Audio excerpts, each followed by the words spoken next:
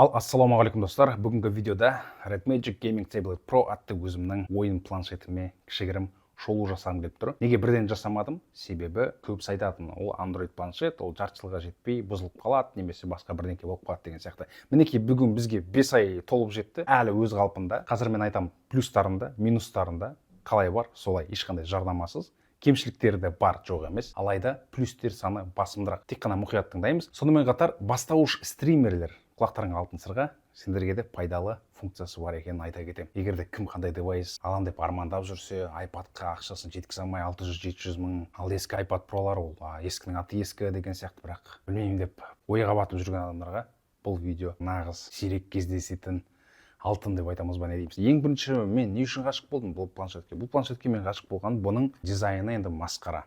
Енді көрініп тұр ойын планшеті. Бұл мен енді жұмыс істеуге болмайды, көрініп тұр. Бұл мен тек қана ойнайсың. Таңнан кешке дейін. Мінекей. Мұқият қарап алыңдар. Ішінде Snapdragon 8 Gen 3 Leading Version. Leading Version дегеніміз, яғни ол разогнанный версия дейді. Ақыры арт жағын қарап жатыр екенбіз. Мен сендерге кеңес беремін мынадай түсін алуға.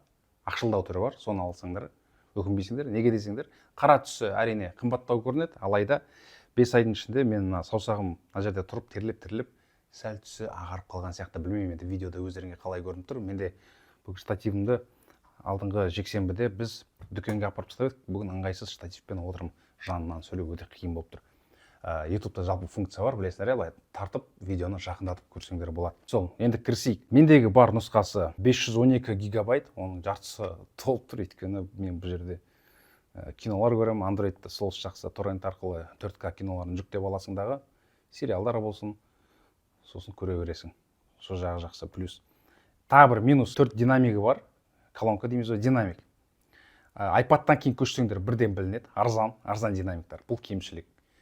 Егерде бұға дейін сенде планшет болмаса, мұнда ештеңе байқалмайды. Дисплейінің ажыратылымдылығы 1800-ге 2880 бұл өте жақсы, өте анық, өте тұнық, жақсы көрінеді. 16 гигабайт азу бар, оперативная память, жедел жад. Жалпы қателеспесем 24 гигабайттық нұсқасы бар, оның ішінде 512 орнына 1 терабайт орналасқан. Батарейкасы 10100, бұл үздіксіз 6 сағат PUBG Mobile'ды ойнай берсеңдер жетіп жатыр. Кез келген девайсты қоса аласың. Компьютерға қосып, компьютер мониторына қарап, мынаны джойстик ретінде қолданып PUBG Mobile'ды ойнасаң болады, дәу үйдің экранымен. Әрине, бірақ ол жақта бір өзінің нюанстары бар. Мысалы, өте қымбат тоқтар керек, кішкене кадрлар қалып қалмас үшін. Жалпы оған бас қатырған жоқпын мен, ол жағын зерттемедім, бірақ бар екенін білемін. Әртүрлі тақырыпты айтып жатырмын. Мынаның ішінде ең бірінші мені ғашық қылған, мен планшетпен отырған кезде кулер маған әрқашанда ауыр болатын. Себебі мен баяғыда стримімді көрген адамдар біледі, мен шынтақты тіреп ойнайтынмын үстелге. Сағаттап отырғаннан кейін шынтақ жағынан қан үйіп қалатын ондай дызылдап. Және де олай қайталана берсе, ол келешекте өзінің кері әсерін беретін еді менің денсаулығыма. Сондықтан да маған қағаз сияқты жеңіл планшет керек болды.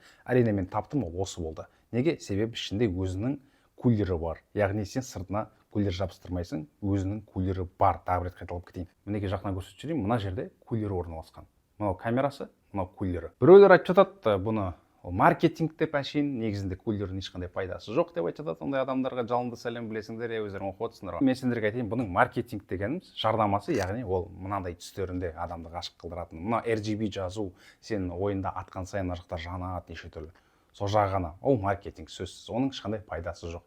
Тек көзге визуал тұрғыда әдемі. А кулері бар екені бұл ақиқат. Себебі мен кулерін өшіріп тастап ойнаған кездер болды. 3 мәрте ойнадым ғой деймін. FPS кейбір жерлерде түспейтін жерлерде түсіп кетіп жатты. Қосқан кезде ондай нәрсе болмайды. Біреуің айтасыңдар, iPad-та кулер жоқ, бірақ ол қатпайды ғой деп. Қателесесіңдер. Стримерлерді көбірек көрсеңдер, кулерсіз отырған, солардың жылап отырғандарын естисіңдер. Өйткені ойында ешқашанда 100% оптимизация болмайды. Кез келген жерде фриз беруі мүмкін. Бұл кулер оны сол жерден құтқарады, және де бағана айтып кеткендей, планшетің ауыр болмайды. Яғни артына магнитті кулер жабыстырып, сонда да сағаттап отырсаң, ол салмағы бар екені сезіледі. Мына жерде бастан аяқ осы планшеттің құр өзін қағаз ретінде ұстап отырасың. Салмағы өте жеп-жеңіл. Ішінде 1045 функциясы бар. 1045 функциясын бәріне де айтып өте алмаймын, бірақ та стримерлерге, енді бастауыш стримерлерге, сонымен қатар сынаушыларға деп айтайын, бір жақсы функцияларын көрсете кетсем. Мынандай өзінің игровой пространство атты қосымшасы бар. Бұл жерде әр ойынға неше түрлі настройка жасай аласың. Бұл жерде кез келген ойындарға мінекей әрқайсысына бөлек-бөлек өзінің баптауларын ендіре аласың. Қандай баптаулар ол? Ол қалай істеу керек деген сияқты. Яғни процессорды 100% қосайын ба, әлде тек қана автода тұрсын ба, 50-де 50 істейтіндей деген сияқты өзінің заттары бар. Мына жерлерде неше түрлі бәле-батырлар бар. Мысалға сен сенсаң жетпей жатыр, қатты тыңдамай жатыр, сол жақтардың плавностьтарын бәрін қойып шықсаң болады. Сосын мына жерде тағы бір батырмалар болып, бірақ сен планшетті былай ұстайтын болып, мына алақаның мына жерге тиіп кетіп жатып, кнопкалар басылып кетіп жатса, сен осы баптауды қоя аласың, сол кезде планшеттің мына жерлері істемей қалады деген сияқты. Кейбір адамға керек деп ойлаймын. Міне производительность. Менде подъемда тұр, балансқа да қойып қоюға болады. Балансқа қойсаң, бірақ 60 FPS істейді ғой деймін, қателеспесем. Сондықтан подъемда тұр. За пределами мынау пеш болады, ыстық болады, өте қатты ыстық, жұмыртқа қуыруға болады. Бірақ процессорлері 100% жұмыс істейтін болады. Мынау бейнекартаны жұмыс жасату, осылай менде стандарт тұр, білмеймін, бұл жақты қатты қосып алыппын. Сосын ойынның түстерін өзгерте аласың. Мысалы біз насыщенный қоямыз, шутерларға арналған деген сияқты. Бұларды мен қоспадым. Свет низкий керек. Одан кейін мынау қатты маңызды нәрсе. Мінекей қараңдар. SD деген нашар сапа, HD деген мықты сапа. Бұл біздің записіміз. Бұны сәлден кейін айта кетемін. Бұл программада тіпті андай заттар бар. Мінекей кулерді қосқанды көрсетейін. Кулер қосылды. Сәйкесінше кулер істеп тұр. Дыбыс енді сендерге естілмейтін шығар. Свет жана бастады. Бұны светін ауыстыруға келмейді, бірақ артындағы Red Magic жазуын өзгертуге болады түстерін. Сосын мынадай баптауларға келген кезде стримерлерге өте жақсы. Мысалы, төбеден Каспий түседі ғой. Каспийді сен басқаша түрде істеуіңе болады. Төбеден түсіп емес, жанынан гүлдермен деген сияқты. Мінекей сообщение в бегущей строке кіресіңдер, не беспокоить дегенге. Мысалы, қазір менде дана түскен кезде осылай шығады. Біз оны мынандайға өзгерте аламыз. Келешектен тағы да қосатын шығар басқа да шаблондар. Бірақ қазіргі бар осылар. Сообщение төбеден Каспий болып былай түспейді, былайынан жүреді да. Бұл ерекше, жалпы айтқанда. Оны жылдамдығын жайратсаң болады, тез қылсаң болады, көп жазу сыйдырсаң болады, қысқа жазу сыйдырсаң болады, сәл көрінетін, көрінбейтін етіп қоюға болады. Ойын ойнатқан кезде бұған бассаң, қолың тиіп кетсе, ештеңе болмайды. Ойының ары қарай жүре береді. Бұл стримерлерге өте қатты керек зат. Водяной знак деген, мысалы, сен түсірген скриншот видеоларында Red Magic-тың жазуы шығып тұрады, соны алып тастайсыңдар, соны ұмытпаңдар. Мен негізі біраз нәрсені ұмытып тұрған сияқтымын, өйткені әне түсіремін, міне түсіремін деп жүрген кезде, білмеймін, қобалжып отырмын деп айтайын. Мінекей қараңдар, мына игровой пространство ойынның ішінде былайынан шығады. Сен бұны ешқалай алып тастай алмайсың. Мына жерде былай айтқанда читерский заттар бар. Мен бұны ешқайсысын қолданбаймын, бәрі міне сөніп тұр менде. Бірақ оның пайдалысы да бар. Қос жертсең де болатын жерлер бар, қазір түсіндіремін қай жерлер екенін. Бірақ тағы да бір рет қайталап айта кетейін, ол өзінің операционный система дейді, соның ішінде орналасқан. Сен ол игровой пространствоны мыналарды ешқалай алып тастай алмайсың. Мен көрсеткім келген зат. Ең маңызды стримерлерге жақын дүние. Мінекей біз жүрміз. Сосын Killshot-тан мысалы бір стримерді кездесіп қалдық. Енді өздерің жақсы көретін дүние ғой. Бір стримерді көрдіңдер, скваттастарың айттыңдар, кеттік барып көтін айрек, жынын айрек деп. Мінекей ол алдымызда тұр сол төртеуі. Көбісі тұрады да бүйтеді. Өзінің айпадында тұрады да. Мына запись экрана дегенді басып қояды сол стримермен. Қазір атысып қаламыз ау деген үмітпен. Олар атысып қалады, сосын ол сол жерін кесіп алады да TikTok-қа салып қояды. Ал бізде оның бәрін басып отырудың қажеті жоқ. Бағана 45 секунд деген естеріңде ғой, мынаның ішінде мінекей. 30 секунд бізге жетеді, HD тұр. Мынандай режим записи бар. Соны қосып қоя саламыз. Ол мінекей мына жерде шығып тұр. Білмеймін, енді өздерің ыңғайлы қай жерің енді шап беріп баса қалатын қай жер. Осы жер тұра берсін, мінекей кеттік ал біз. Мен қадамдарымды жаттап алыңдар. Мына стримерге келдік. Қазір геро ештеңе қосылып тұрған жоқ, әшейін көрсетіп жатырмын. Мәссаған, мен жауып тастадым, чотам дейсің. Мынаны баса саласыңдар, болды. Соңғы 30 секунд сақталып қалды. Оны біз қалай көреміз? Болғаннан кейін өшіріп тастасақ та болады, немесе ол күнде тұра берсе болады. Оған біз галереяға өтеміз.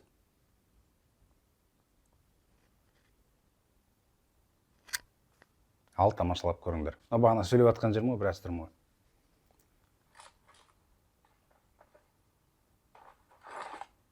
Түсіндіңдер ғой, бұл ешқандай да наблюдение емес, бұл запись басып алды. Бұл TikTok-ыңа осы 30 секундын салып қоя саласың. Керек емес ана бүкіл жерді кесіп отыруға. Өте стримерлерге пайдалы зат. Қазір оң жақты зерттейік. Герцовка 144-ке дейін барады. Егерде келешекте PUBG Mobile, Delta Force 144 FPS-ті ашатын болса, біз 144 FPS-ті ойнай аламыз деп сенемін. Әзірге 120. 120-дан артық FPS-ті іздемей қойсын деп 120 бұлыт істеп тастадым. Кулерді ойын кезде өшіп тастауға болады, я болмаса қайтадан қосып қойсаң да болады. Жалпы бана хайлайт батырмасынан бөлек толыққанды запись бар. Жалпы катканы басып отырсаң болады. 3 сағат ойнасаң да 3 сағатын басып отырасың. Қараңдар, функциялар көп, көбісін мен зерттемедім. Мынау вызов деп тұр, бұл деген енді көбінесе телефондарға арналған ғой. Қосып қоясың, саған хабарласқан адамдарды бірден телефонды тастап жатыр ма, сондай бірдеңкесі бар. Red Magic-тің айтпақшы, түрлі телефондары бар. Бірақ енді оны мобилография андайында қолдана алмайсыңдар камерафонға, ешқандай пайдасы жоқ. Әшейін алло, WhatsApp, YouTube және де ойынға. Бірақ онымен мен профессионалды фото түсірем, видео түсірем дегенде ұмыту керексіңдер. Ол тек қана ойынға арналған. Блокировка, мынау джойстик қосуға болады, джойстик қосуға келмейтін ойындарға джойстик қосуға болады. Өзің батырмасын жасай аласың. Достар, қараңдар. Қуаттағышын қостым. Қуат ағам жүріп жатыр ма, көрейік ал. Қуат бізде 100%, Мысалы, біз планшетті, телефонды зарядтап отырып ойнайтын кездер болады ғой. Сысып кетеді. Сөйтіп ол аккумуляторының объемын жоғалтады деген сияқты, білесің деп хабарларың бар, Сол кезде кейде ойланасың. Баяғы телефондарды кім біледі? Артында батарейкалар алынатын еді ғой. Соны алып тастап, құр тоққа тығып батарейкасы. Телефон істей берсе ғой деп ойлайтын едік қой. Енді қараңдар. Мына жақта мен аккумуляторды тоздырмас үшін разделение заряда деген батырма бар. Қазір бізде 100% жатыр. Бастық. Разделение заряда включено дейді. Ол төбеде уведомление болып тұрады мінекей. Болды. Менікі 100% ба, 40% ба, ол тұра береді. Болды. Батарейка өшіп қалды. Бұл планшетте қазір біз тікелей тек қана тоқпен жұмыс істеп жатырмыз. Енді ойнай береміз тоқ арқылы. Батарейканың қатысы жоқ. Біраздан соң батарейка 99% деп түсе бастайды. Бұл қалыпты жағдай. Мысалы, сен де телефонды 100%-ға зарядтайсың да, тастап кетесің, барып қора тазалап келесің, келген кезде 98 деп тұрады ғой. Өз-өзін жеп жатыр да, енді өзінің уақыты ғой. Сол сияқты бұл да түсе береді ақырындап. 99 1 сағаттан кейін, 2 сағаттан кейін 98 деп түсе береді да, бірақ ол өзі отырып жатыр. Ойын отырғызып жатқан жоқ. Ал бұл дәл қазір тек қана тоқтан істеп тұр бұл планшет. Және де ешқандай да күймейді. Суыра саласыздар, батарейка лезде өзі қосылып, ары қарай жұмыс жасай береді. Бұл өте жақсы функция, батарейканың өмір сүруіне жақсы кепілдік береді жалпы. Сосын мониторинг бар. Мониторинг шығарып қойсақ, бізде батарейкасын көре алады екенбіз. Қазір лобби 40 FPS-те. Дұрыс қой, менде қазір лобби Ultra HD-де тұр. Ultra HD бізде PUBG Mobile-да 40 FPS. 40 FPS, полигонға, атыстарға кірсек 120 болады, 120 FPS. Қанша сағат сен отырғаның бұл жерде? 1 минут отыр дейді. Сағат және де интернеттің кірісі. Мен ойымша бұл пайдасыз заттар, тек қана бұл жерде FPS пен батарейка пайдалы, және де CPU, GPU-дің күштерін шығарып қою керек еді. Светодиод бар, бұны өшіріп қосуға болады. Оның не пайдасы бар, көрсетейін. Бұл тағы да айта кетейін, стримерлерге пайдалы, яғни егер веб-камераң сенің мынаның артында тұрса, сен планшетіңмен былай айтқанда мақтанып көрсете аласың ел жұртқа. Мінекей, бұл дыбысқа реагировать етеді. Мінекей, мен атам.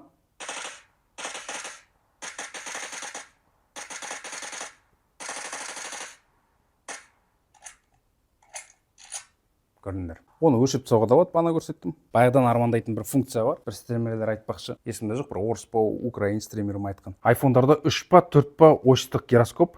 Мына жерде 6 осьтық гироскоп. Яғни біз мынандай функциясын қоса аламыз. Мен бұл жақта дайындап қойғанмын, енді көрсетпейін, қалай қойғанымда. Ол оп-оңай. Мына кнопканы алып, мынаған қоясың, мынаған қоясың. Мысалы, гироскоп дегеніміз бізде былай істейді ғой. Білесіңдер, немесе атқан кезде төмен отдачаны түсіру үшін.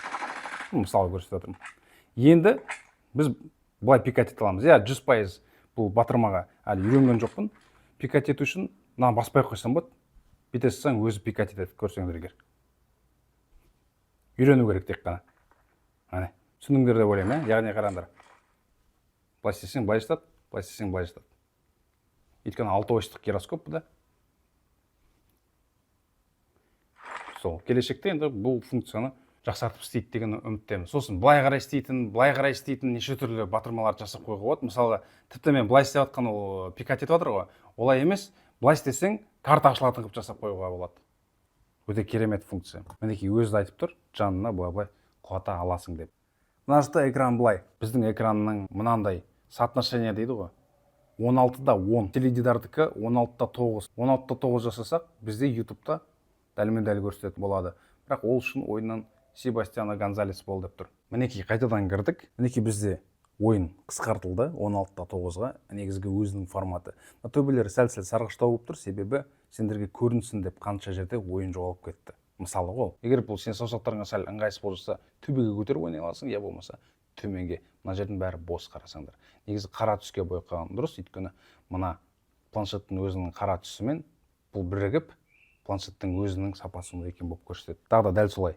Сәл iPad-қа келістіруге болады. iPad-ты сағынып жүрсең егер, бірақ қайтадан шығып кір деп жатырмын бізге. Мінекей, осы жолы жандары негізі қара болып тұрады, бағана сөзімді қайталап айта кетейін. Дәл сол сияқты. Тағы бір жерінен саусақтарың жетпей жатса оңға, я болмаса солға қарай жылжыта аласың. Бұл анау кімдерге жақсы? Ұзын саусақтар бар ғой, менікіден екеу шығатын. Бүйтіп жатады ғой, планшеттің бетіне төгіп тастай салады ғой. Сондайларға жақсы сияқты. Мінекей, iPad-тағыдай аяғының бәрі көрініп жүреді. Енді қараңдар.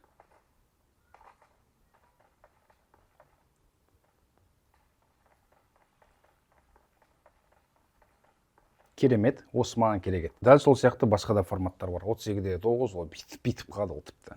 Түсінікті. Біз қайтадан оригиналды қайтара салайық. Бізде тағы баптауларда режим исследования бар. Бұл өте керемет. Егерде алыста жатқан бір тышқанды қалай да ұстағың келіп тұрса. Ал қарайық, режим исследования қалай бізге көмектесе алады.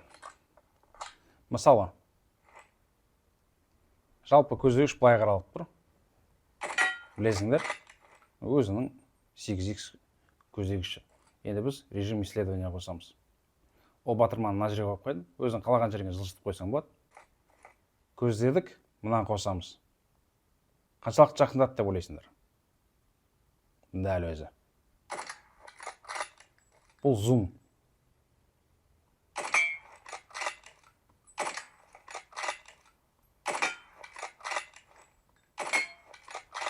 Алып тастайсыңдар, керек кезде қосып қоясыңдар. Нағыз читерлік дүние. Бірақ өкінішке орай мен қолданбаппын. Бірақ бір стримде көргем. Әшейін адамдарға көрсету үшін. Егер 2x болса ше. 2x қарсылас бір нүкте, сен жақындаттың үлкейді. Гироскопсыз атып отырмын. Панель данных тиіспейміз. GravityX бағанағы өзінің программасы. Бұны қосып, бағанағы сияқты геймпад қосуға болады. Клавиатураға қосып ойнай берсең болады. Бірақ кепіл бермейді.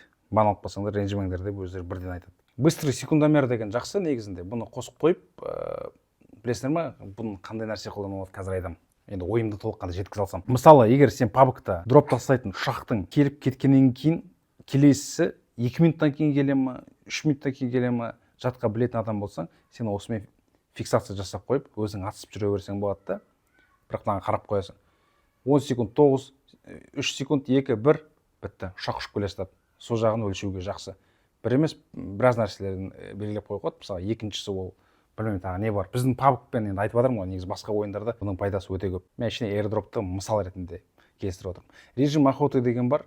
Тышқандарды іздейсің. Мысалы, Эрангелде, білмеймін, санукта бірақ шөп көп. Мысалы, шөпте мына жерде бір тышқан жатыр дейге. Қазір мен ол атып өлтіреді. Сондайларды мындай негативпен іздейсің. Сол кезде ол бірден көрінеді. Ол басқаша түспен жатады, кішкене ақшылдау болып жатады. Мына жерде адам жоқ, өкінішке орай. Бірақ мысалмен ол солай. Және де бұл жақта мен Delta Force Mobile ойнап жүрмін. Сол жақта түнгі карта кейде кездесіп қалады. Сол түнгі картада мен мынаны басып көргем. Түнде көрсететінді. Бұл қазір күндізге жұмыс істемейді екен. Сәл-сәл істеп тұр, бірақ түнде мысалы қараңғы бұрыштар, әсіресе мынандай бұрыштарда күн түспейтін, шам түспейтін тас қараңғы жерлерде көрсетіп береді адам отырса егер. Өте жақсы функция. Сонымен қатар қарап тұрсаңдар өте көп эксперимент жасасаңдар болады. Бұл да енді бір өзінше бір чит деп ойлаймын. Тағы да қайталап айта кетейін, мен ешқайсысын қолданбаймын, стримде өздерің көріп отырасыңдар по факту. Және де мен осындайлар бар екен деп бұны алып тастай алмаймын, тағы бір қайталап. Помощь в прицеливании дейді. Помощь в прицеливании өте жақсы дүние. От бедра атысатындарға. Мысалы, өзіңе керекті нүктеңді шығарып қоясың, түсін белгілейсің, және де оны шынымен нүкте ме, әлде дәу нүкте ме домалақ, және де сәл көріну-көрінбесін жасайсың. Және де мысалы, сендер қазір көріну үшін жасыл қылып қойын, қызыл қылып, дәу қылып қойын, әдейі. Былай тұра бересің. Бұл сен жүгіріп кетіп бара жатқан кезде де алынбайтын батырма. Сен от бедра атысқан кезде осы жерге салып атасың. Қарсыласты осының ішіне мысалы шөп болса, соның ішіне салып атасың. Түсіндіңдер деп ойлаймын. Көмекшінің Delta Force'та пайдасы өте көп. Мысалы, Delta Force'та бізде өз көздегіш өзімен, бірақ лазермен көздеген кезде, мінекей, ол нүкте, мына алыстағыларды қиындау ату. Ол мысалы қараңғы жерде қазір көрініп тұр, бірақ карталар әртүрлі болады. Кейбір карта сен далада атсасың, далада мына лазердің қатты көрінбейді. Берік шеті көрініп тұрады, бірақ қайда түсіп жатқаны көрінбейді да нақты. Содан кейін сен бағанағы функцияны қосып қойсаң болады. Режим прицеливания. Міне нүкте қосылды. Міне көздеген кезде сол нүкте арқылы атасың. Өте керемет функция. Алып тастайсың сосын. Алып тастаған кезде былай болады. Ештеңесіз. макрос қосуға болады. Макрос дегеніміз ол мысалы менде қолымда тапанша болса, бірақ мен тапы тет алмайтын адам болсам, тақ атамайтын болсам, андай жасап қоюға болады. Басып тұрасың, ол пистолет автомат ретінде тақ сен үшін өзі тапы тетіп береді. Бірақ бұл үшін де бан алсаң болады. Вибрация көп планшеттерде жоқ, вибрациясын қосып қоюға болады. Бірақ вибрациясы нақты ойынға жасалмағаннан кейін әр дыбысқа дызылдай береді. Сондықтан да мен өшіріп тастадым. Переназначение кнопок дейді. Өте керемет функция. Переназначение кнопок менде мына жерде тұр, А деп тұр. Мінекей, А батырмасы менде мына жерде тұр, басылып жатыр. Екінші кішкентай А ол мини картада тұр. Бұл дегеніміз не? Мысалы, мен былай ұстаймын планшет. Мен қолым жетпейді картаны ашуға. Сондықтан да төменге қойып қоясың. Бассаң, карта шығады, көрдіңдер ме? Созудың қажеті жоқ. Тек қана карта емес, басқа да заттарға жасап қойсаңдар болады соны. Эквалайзер бар, өте керемет қолдаушы. Мінекей. Енді қытайша өздері дефолтпен қойған әшейін. Жылжытасың. Бас көп, бас аз, шақтар естілсін, естілмесін дегендей. Бірден байқайсың, адам келе жатыр, жоқ деген сияқты. Түсінсеңдер, ПК-пабықта, КС-та көбісі осындай эквалайзермен компьютер арқылы қосып ойнайды. Режим обжига курбын қоссаң, бағанағыдай планшеттің 100% жұмыс істейді, және де қасына жұмыртқа дайындап қоя керексің, май, тұз, бірден осыған ұрып дайындайсың. Сковородка, яғни ыстық болады. Білмеймін, біраз нәрсе ұмытып тұрған сияқтымын, біраз нәрсесі айтылды, біраз айтылмады. Салыстыра кетейін, көбісі айтады, енді шыныңды айтшы дейді, iPad мықты ма, осы мықты ма дейді. Көпшіліктің көкейінде жүрген сұрақ. Мен бірден айта кетейін, iPad бұдан мықтырақ, иә. Өйткені iPad ойыннан тыс басқа да дүниелерді, жұмыстарды жасауға арналған девайс. Бұл тек қана ойынға арналған. Бұмен сен архитектордың жұмысын iPad-тағыдай жасай алмайсың. Бұны сен алдың ба, мен бұмен тек қана ойнайым деген оймен алу керексің. Жоқ, мен бұмен тұрып басқа да дүниелерді жасаймын, мынау деген сияқты, о жағын енді ойламай қой. Тек қана ойын. Ойынның FPS-і түспейді, 120 FPS, ойынға ғана оптимизация жасалған, қалған дүниелерге жоқ. Бірақ iPad-та жоқ кулер, колхозный, сыртынан жабыстырып жүргенше, бұның ішінде бар, ешқандай артық нәрсе қоспайсың.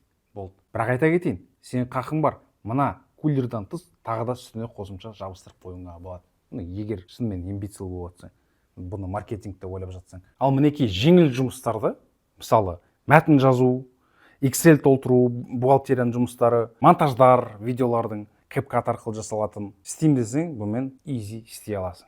Бірақ бағанағы AutoCAD, 3D CAD деген iPad істей алатын нәрселер бұл істей алмайды. Сондықтан да бұны жұмысқа емес, тек қана мен бұмен ойнаймын деп алу керексің.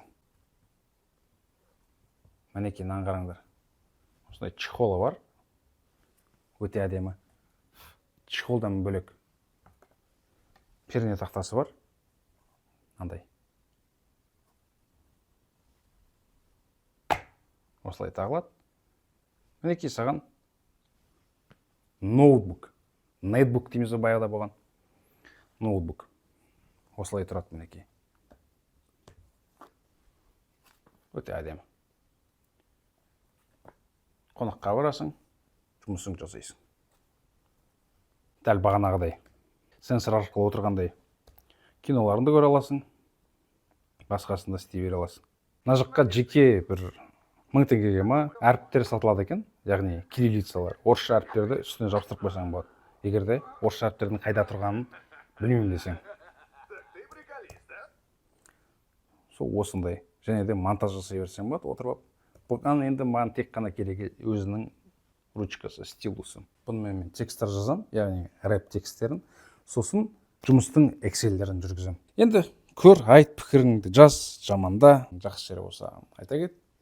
Тағы да айтылайын. Бұл тек қана ойынға арналған жалғыз әлемдегі кулері бар планшет. Ал енді пікірлерін күтем, қалай екен. Видео ұзақтау болып кетсе айып етпеңдер. Солай болып қалып. Келесі видеода көріскенше сау саламат болыңдар. Айтпақшы сендер дәл қазір мына көріп отқан шоулуды, мына девайспен монтаждадым. Let's go!